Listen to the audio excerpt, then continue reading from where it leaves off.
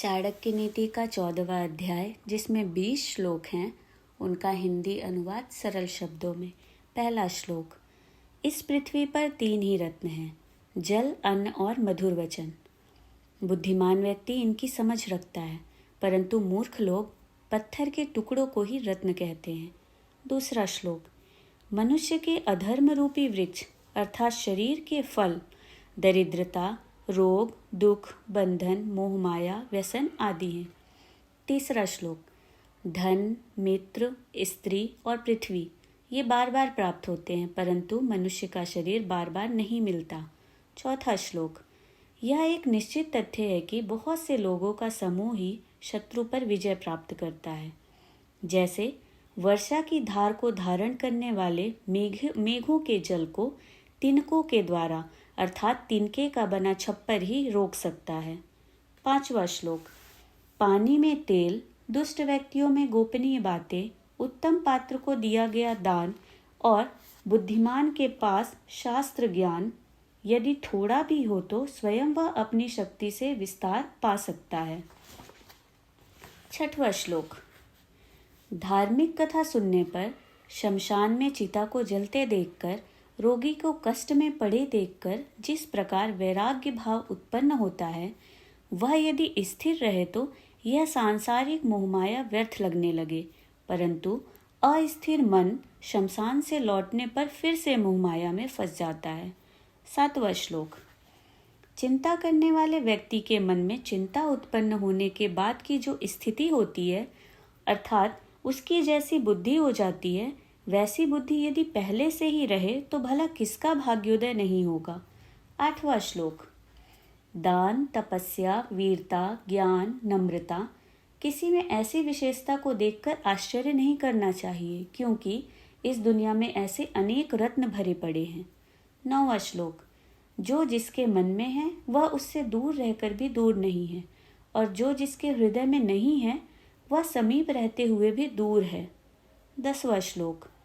जिससे अपना हित साधना हो उससे सदैव प्रिय बोलना चाहिए, जैसे मृग को मारने के लिए बहेलिया मीठे स्वर में गीत गाता है। 11वां श्लोक।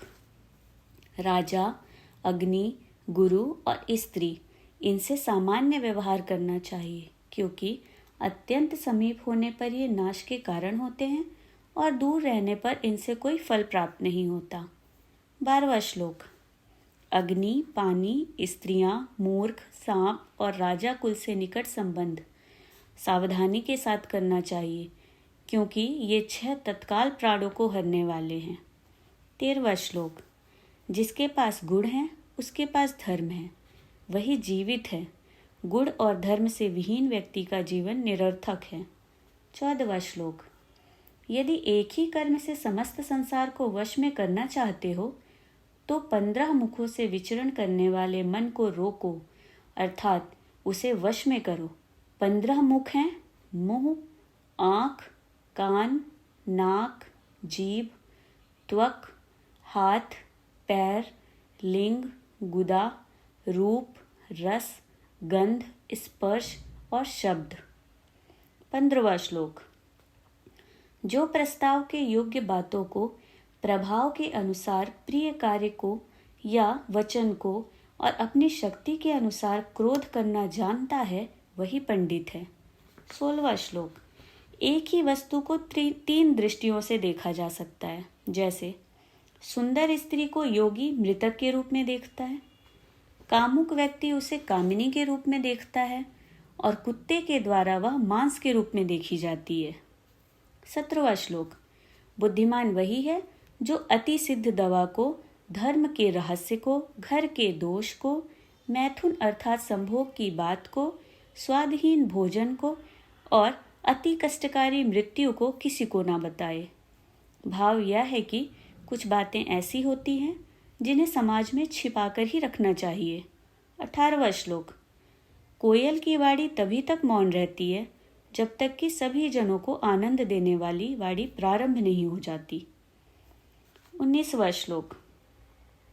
धर्म, धन, अन्न, गुरु का उपदेश और गुणकारी औषधि का संग्रह अच्छी प्रकार से करना चाहिए, अन्यथा जीवन का कल्याण नहीं होता। जीवन नष्ट हो जाता है। 20वां श्लोक। दुष्टों का साथ त्यागो, सज्जनों का साथ करो, रात दिन धर्म का आचरण करो और प्रतिदिन इस अनित्य संसार में नित्य परमात्मा के विषय में विचार करो, उसे स्मरण करो।